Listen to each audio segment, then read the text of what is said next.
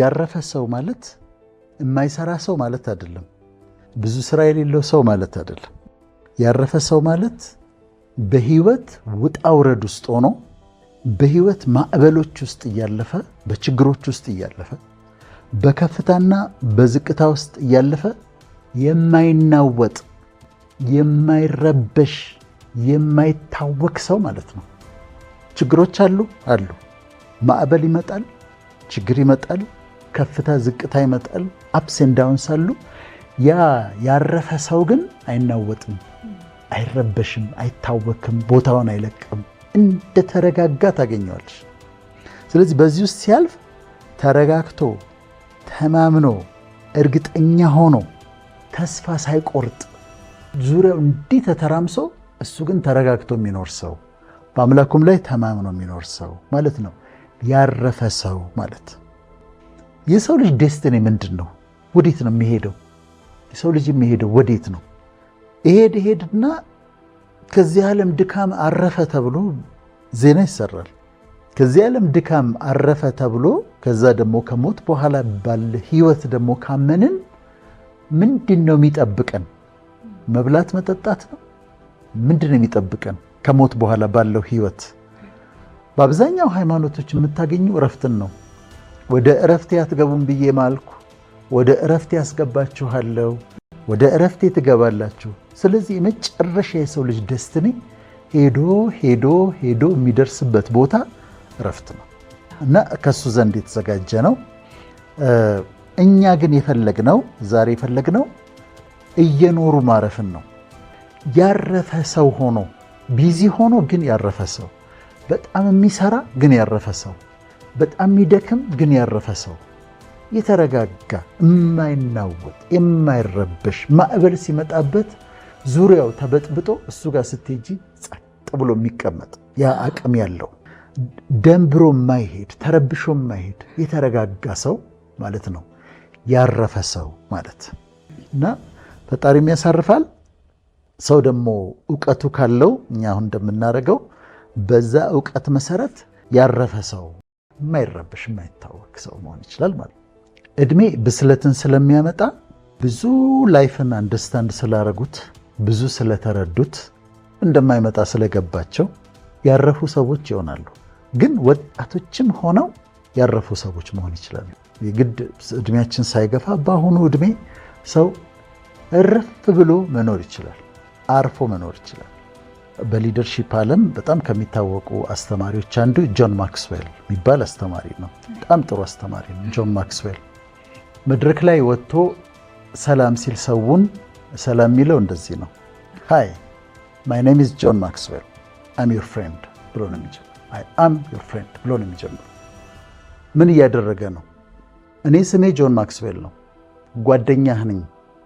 እኔ ስሜ ጆን ማክስዌል ነው፣ ጓደኛሽ ነኝ እያለ ነው። በጣም ነው የምገረምበት። ምን ማለት ነው? ራሱን ጓደኛ አድርጎ ነው ለህዝቡ የሚያቀርበው። አም ዩር ፍሬንድ ዩ አር ማይ ፍሬንድ አይደለም የሚለው። ዩ አር ማይ ፍሬንድ ለመሆን የእሷ ፈቃድ ይጠይቃል፣ የእሱን ፈቃድ ይጠይቃል። ግን እኔ ወዳጅህ ነኝ፣ እኔ ጓደኛህ ነኝ ብሎ ነው የሚጀምረው። በጣም ወደዋለሁ። አም ዩር ፍሬንድ እና እኔ ራሴ ይጠቀምበታለሁ። እኔ ስሜም ያስገድደኛል። አንዳንድ የውጭ ሀገር ሰዎች ሲጠይቁኝ ምን ማለት ነው ሲሉኝ ማይ ፍሬንድ ማለት ነው እላቸዋለሁ። እና ስሜን ስትጠሩ አም ዩር ፍሬንድ ዌዘር ዩ ላይክ ኢት ኦር ኖት እላቸዋለሁ። እና ራስሽን ጓደኛ አድርገሽ ለሰዎች ማቅረብ፣ በማይንድ ሴትሽ ውስጥ ጠላት እንደሌለሽ ማሰብ። እኔ አሁን ጠላቶቼ ማን ናቸው? አይ ሃቭ ነን። አንድም ጠላት የለኝም። በእኔ አእምሮ አንድም ጠላት የለኝም። እኔ የሁሉ ወዳጅ ነኝ፣ የሁሉ ጓደኛ ነኝ። ለሚፈልግ ሁሉ ራሴን ጓደኛ አድርጌ አቅርቤያለሁ፣ ወዳጅ አድርጌ አቅርቤያለሁ። እዛ ጋ ይሄንን የማይፈልግ ሊጣላኝ የሚፈልግ ሰው አለ? እኔ እሱ አይመለከተኝም። ግን አስፋራስ ዩ አር ኮንሰርንድ፣ አንቺ ግን በአንቺ በኩል ግን ጠላትነት ከማንም ሰው ጋር አይኖርሽ። ሁሉ ሰዎችን ወዳጆችሽ አድርገሽ አስቢያቸው። ራስሽን ጓደኛ አድርገሽ አቅርቢላቸው፣ ወዳጅ አድርገሽ አቅርቢላቸው እና ጠላት አይኖርሽ። ራስሽን ጓደኛ አድርገሽ አቅርቢ። ለሁሉ ሰው ራስን ልክ ጆን ማክስዌል I'm your friend እንደሚለው በማይንድሽም ራስሽን ለሰዎች ሁሉ ጓደኛህ ነኝ ብለሽ አቅርቢላቸው ባንቺ በኩል።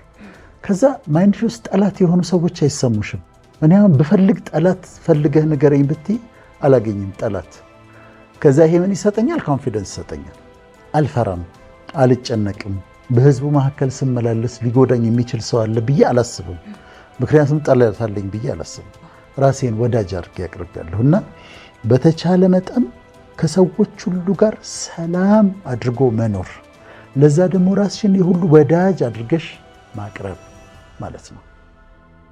ኮንቴንት ማለት መርካት ማለት ኑሮዬ ይበቃኛል፣ አሁን ያለኝ ለጊዜው ለዛሬ አሁን ያለኝ ይበቃኛል ብሎ መኖር ነው።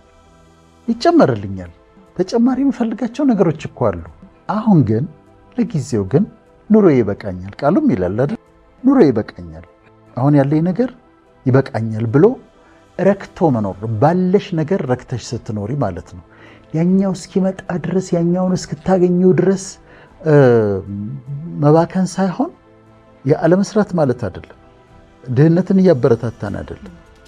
ጠንክረን እንሰራለን፣ እንለፋለን፣ እንደክማለን። ግን ለዛሬ ግን ያለኝ ይበቃል።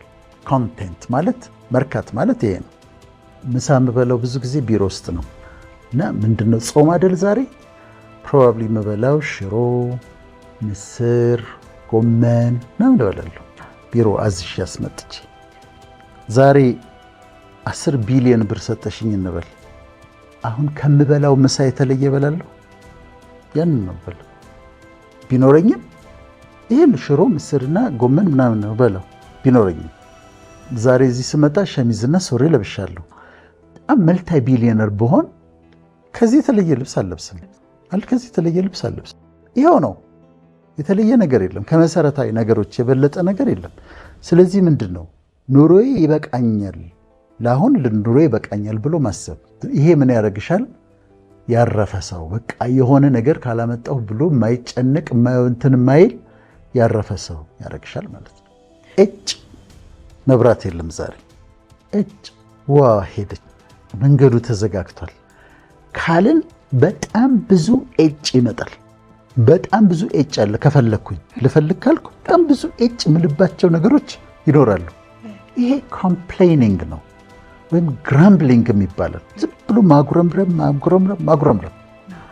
እንደ ክርስቲያን መጽሐፍ ቅዱስን ሳነብ በጣም ያስደነገጠኝን ነገር ልንገርሽ። ማጉረምረምን በጣም ነው የሚጠላው ፈጣሪ፣ በጣም ነው የሚያስቆጣው።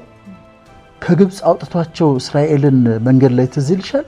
እንዲህ በረሃብ ልትገለን ነው እንዲህ ያወጣህን ሲሉት ሙሴን፣ በጥማት ልትገለን ነው እንዲህ ግብፅ እያለን ስንበላ የነበረው ነጭ ሽንኩርት፣ ቀዩ ሽንኩርት በጢሁ ምናምን ሲሉ ቁጣ ነው የምታየው። ከላይ በጣም ሲያስቆጣው ነው የምታየው። ለምን መሰለሽ? የተደረገልን ነገር ብዙ ነው። ለእኔ አሁን እንኳን ላጉረመርም በህይወት መኖሬ በእግዚአብሔር ምሕረት ነው።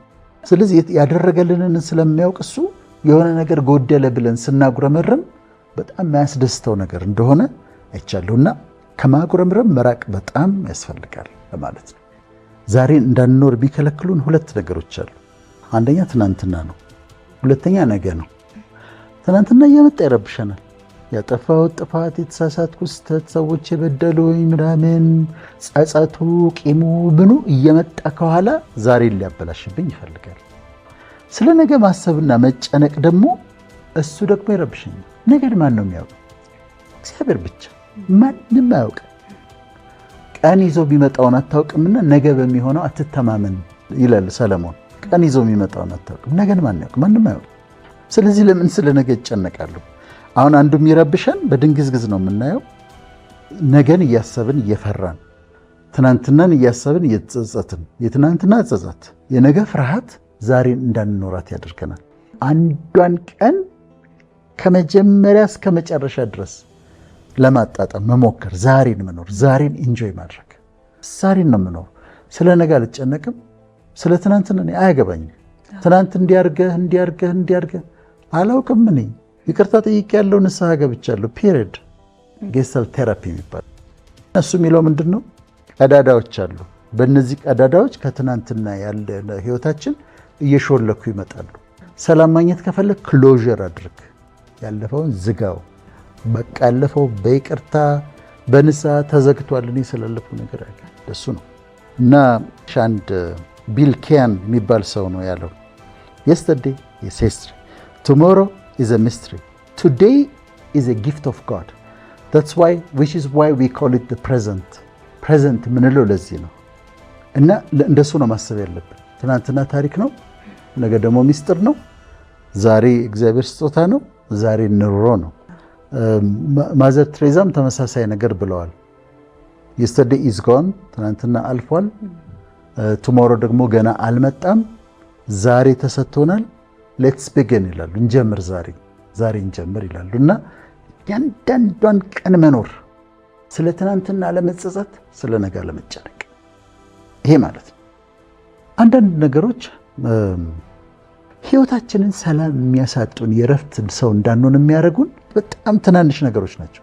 ብርጭቆ ተሰበረ፣ እንኳን ተሰበረ፣ በቃ ተይው፣ አለቀ። እና በትናንሽ ነገሮች አለመያዝ ለማለት ነው። ሰው ያረፈ ሰው ለመሆን ዋነኛው ይሄ ነው። እሱ ምንድነው? በፈጣሪ ላይ መተማመን ማለት ነው። መተማመን። እኔ አንድ ቀን ምን ገጠመኝ መሰለሽ? 16 ሰዓት ነው እንደዚህ በርሬ አሜሪካ ሄጄ በኢትዮጵያን ኤርላይንስ። ከዛ ፓይለቶቹና ሆስተሶቹ ሲወጡ፣ ፓይለቶቹ በጣም ያንግ ናቸው፣ ካፒቴኖቹ በጣም ወጣቶች፣ ደግሞ ቀጫጭኖች፣ ጎበዞች ናቸው። ከኛ ካፒቴኖች ሁሉንም ወዳቸዋለሁ፣ ሁሉንም ኢትዮጵያን ኤርላይንስ ሆስተሶቹ፣ ፓይለቶቹ ግን ያንግ ቀጫጭን ምናምን ልጆች ናቸው።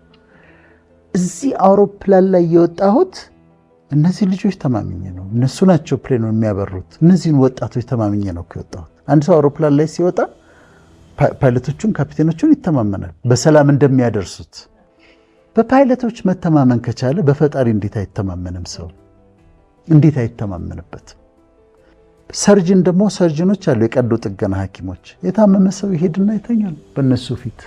ምን እንዲያደርጉ? እንዲቀዱ፣ ደረቱን ቀደው ሆዱን ቀደው ማውጣት ያለባቸው እንዲያወጡና መልሰው እንዲዘጉ። በአነስቲዚያ ስር ሆኖ እኮ ራሱን አያውቅም፣ ግን ራሱን አሳልፎ ይሰጣል። ሐኪሙን አምኖት በሐኪሙ ተማምኖ። በሐኪሙ ከተማመነ እንዴት በፈጣሪ አይተማመንም? መተማመን ያስፈልጋል። ማረፍ ያስፈልጋል። ሰው ከፈጣሪ ጋር ሲሆንና ሲያምን አንድ፣ ሲተማመን፣ ከዛ ደግሞ በቅዱስ ስሙ ተጓደዱ ይላል። ምን ማለት መሰለሽ? አለልኝ ማለት ነው። ምን እሆናለሁ ማለት ነው። ምን ይመጣል?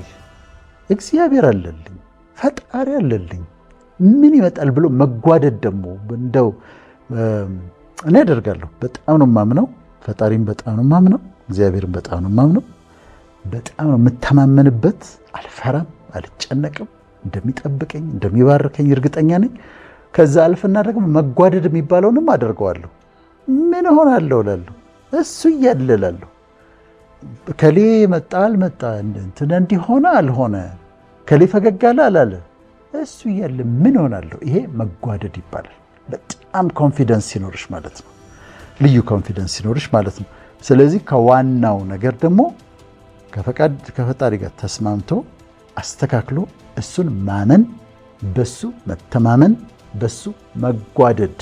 አለልኝ ምንም አልሆንም ማለት እሱ ያረፈ ሰው እንድትሆኝ ያደርጋል። ተመልካቾቻችን ግብዣችን ምንድነው? ያረፉ ሰዎች እንዲሆኑ ነው። እንዳይታወቁ፣ እንዳይጨነቁ፣ ግራ እንዳይጋቡ። የፈለገ ማዕበል ይነሳ፣ የፈለገ ችግር ይኖር፣ የፈለገ የመሬት መንቀጥቀጥ ይኖር፣ እነሱ ግን በውስጣቸው የተረጋጉ፣ የማይጨነቁ፣ የማይታወቁ ሰዎች እንዲሆኑልን ነው የዛሬው መልእክት።